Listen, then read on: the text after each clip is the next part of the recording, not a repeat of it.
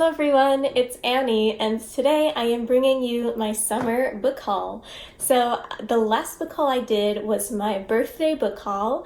So the books I will be showing you today are 11 books that I have gotten after those books. So let's start. The first book is My Brilliant Life, which is a book translated from Korean by Aedon Kim. And this is a fairly new release. My mom is actually reading it right now. I haven't read it yet, but this looks so interesting. I've heard really, really good things about this book. It is about a 17-year-old boy living in an impoverished neighborhood in Korea with his parents. And it says it explores family bonds and out-of-the-ordinary friendships, interweaving the past and present of a tight-knit family, finding joy and happiness in even the most difficult times. So, sounds interesting. It sounds like literary fiction. I think I'll enjoy it. It's supposed to be really good, like I said, and I got it for 40% off, so how can I not? And the next two books I actually got from Little Free Libraries. The first one is Wicked. I absolutely love Wicked the musical. I have never read the book. I know it is quite different and that a lot of people who like the musical are often disappointed by the book, but this is in really good condition and it has these beautiful sprayed green edges and it was free. So I figured, you know what, it is on my TBR to read eventually, so while I have the chance to get a free copy, why not? And I'll eventually read this. If you like the musical and you have opinions about the book, please let me know because I want to know your opinions. And then the next book I got from a Little Free Library is Warcross by Murray Liu. I have heard great things about this. I think Noelle from Noelle 7 Pages really likes this series. It's a series, right? I think so. It is sci-fi, but I'm gonna be honest, I'm a little on the fence about this just because I don't tend to love sci-fi that has to do with virtual realities and like going into video games and stuff. Like, I'm not a big fan of Ready Player One and that sort of subgenre of sci-fi, but this is really, really popular. And again, it was free. So, I have the chance. It is on my TBR. And it seems interesting. Hacker Emiko Chen works as a bounty hunter, tracking down Warcross players who bet on the game illegally. Interesting. So, we will see if I like this. If you like this, let me know, because I need some motivation to read it. Oh, the next book I also got from a Little Free Library. It is The Secret Life of Bees by Sue Monk Kidd. Now, I talk about this in my Little Free Library book vlog, but I read this during high school and I hated it, but I also don't remember it at all. And I think it's like, I just wasn't ready to read this book at all. It's about a white girl who like runs away, or her mother was killed, actually. Whoa, I don't know. But she escapes and she's taken in by a trio of black beekeeping sisters. So that sounds really interesting. That sounds like something I would like now that I'm 25 and not a 9th grader in high school. So I am wanting to reread this to actually, have an opinion on it and actually remember what happens in the book. And then I mentioned this book, How Stella Learned to Talk. I got this beautiful signed edition. Let me show you. Yes! It is a signed Barnes & Noble exclusive. I got this when Barnes & Noble was having a major 50% off sale. So again, I had the chance and I took it. This is about Stella, the dog that you see on the cover, who has learned to talk. Her owner, Christina Hunger, has an Instagram called Hunger for Words, where she teaches Stella to press buttons in order to talk to her. And she is the original dog who did this. She is the first one. I know now there are many other dogs on TikTok and Instagram who do this, which is wonderful, but they don't always give credit to Christina Hunger. She was the first one. She's a speech language pathologist, and I am just obsessed with this. I absolutely cannot wait to learn more about this dog and how her owner taught her and trained her to speak. I mean, that's just crazy. And I'm going to read this for Nonfiction November this year. And then I have another beautiful hardcover book, Don't Tell a Soul.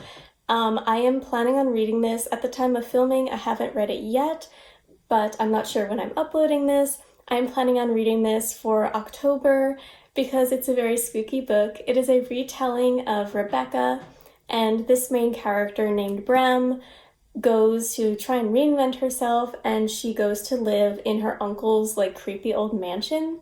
And this mansion has like a really creepy and scary backstory where a couple of girls were killed there or something, or one of her family members was murdered there or something, and she has to kind of figure it out. Is this real? Is it not? Is it haunted or is it not? I don't know, but the cover is gorgeous. I also got this 40% off. You can see that in my book shopping vlog that I'll link up there. And I'm just so hyped to read this. I really hope it lives up to my expectations. And then we have a very short book, The Black God's Drums by P. Djeli Clark. I read one short story by him, which was A Dead Djinn in Cairo. I did enjoy it. I don't tend to like steampunk, but I think he did a really good job with it, and I've always wanted to read more of his works, so I picked this up. Again, it was 40% off, and it just seems so interesting. It's like a really interesting mix of sci-fi and steampunk and really, I don't know, cool stuff. It says, Creeper, a scrappy young teen, is done living on the streets of New Orleans. Her sights are set on a securing passage aboard Captain Anne-Marie's smuggler airship, Midnight Robber, earning the captain's trust using a secret about a kidnapped Haitian scientist and a mysterious weapon he calls the Black God's Drums. But Creeper keeps another secret close to her heart. Oh yeah, the African Orisha of the wind and storms, who speaks inside her head and grants her divine powers. Ooh, that's interesting. So it has mythology in it as well. Ooh, it sounds so cool. I don't know how he's gonna pack all of that in this tiny little book, but we'll see. And then I have Ancillary Sword, which I bought off of Second Sale, and you can use my discount code Annie10 for any order above $10, and please use my affiliate link as well. Second Sale is such a wonderful secondhand books online store. I mean, this is in a pretty perfect condition, and I got it for like $3. It's ridiculous. I cannot believe this. I'm so happy. This is the final book that I needed in the Imperial Raj trilogy, and it's the second book in the trilogy. I don't know why. I had bought the third book first, or I got it as a gift from someone, and then I recently bought Ancillary Justice in my secondhand book haul, which you can see up there. But I finally got the second book, so now I have the trilogy completed. I am so happy. Thank you, Second Sale. If you don't know, this is it's one of my favorite sci-fis of all time, one of my favorite trilogies of all time in general. It is so superbly unique and creative. If you like really good space opera with political intrigue, really interesting alien world building, and AIs, absolutely read this book. It is so good. And then, if you watched my vlog where my sister chooses my TBR, you know that I recently took a trip around the national parks of the country, and we also went to the Crazy Horse Memorial that is being built in South Dakota, and at their gift shop I got a book about learning everyday Lakota. This is just like a nerdy interest of mine because I am a linguistics major. That's what I majored in college, and I love languages. I love learning all languages.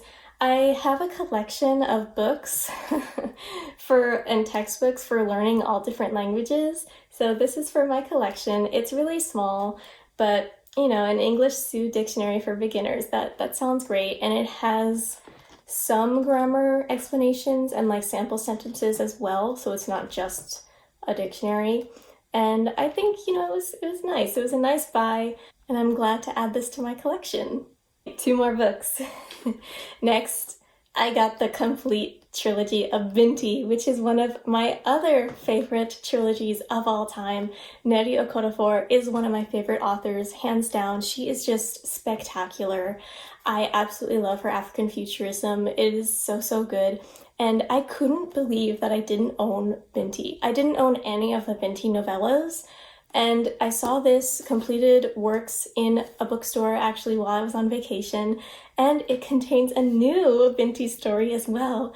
And I haven't read it yet, but I have it bookmarked so I know where the new story starts.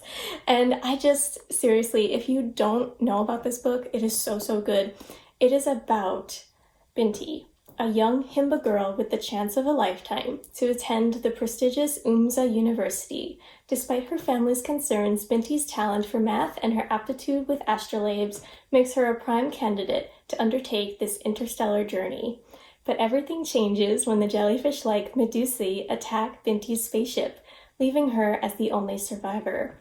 Now Binti must fend for herself, alone on a ship full of these beings who murdered her crew, with 5 days until she reaches her destination.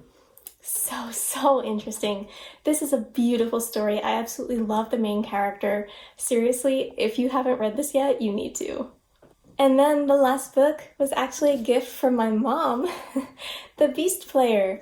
I am so thankful. Thank you, Mom, for getting me this book. I actually hauled the second book. Let me get it. The Beast Warrior in a previous video. I think that was for my birthday book haul, but my mom got me this to complete the duology, and I really loved this book. It is a YA fantasy translated from Japanese, which is pretty unique. You don't often see a lot of YA genre fiction get translated, so that's really exciting. This is such a unique fantasy book, and it does have a very distinctly Japanese feel to it, which I love. It is about this girl who, through a series of tragic events, gets a job as a beast trainer, I guess you can say, for these royal beasts in the kingdom where she lives. And it really does a great job exploring how humans use animals and the lack of respect that we have for animals. And her relationship with the royal beast that she trains and has like a special connection with is so beautiful. I love this book so much. I still haven't read the second one, but I plan to really soon. I just absolutely love this. It is so, so unique for a fantasy book and one of my favorites, definitely. So definitely check this out if you have not already. Alright guys, thank you so much for watching. That is it for this book haul. I hope you enjoyed seeing all the books that I got this season. I am so excited to read most of them. And again, check out those favorites of mine because you won't regret it. And if you've read any of these books, definitely let me know because I'd love to talk to you about them. And thank you so much. I'll see you next time. Bye!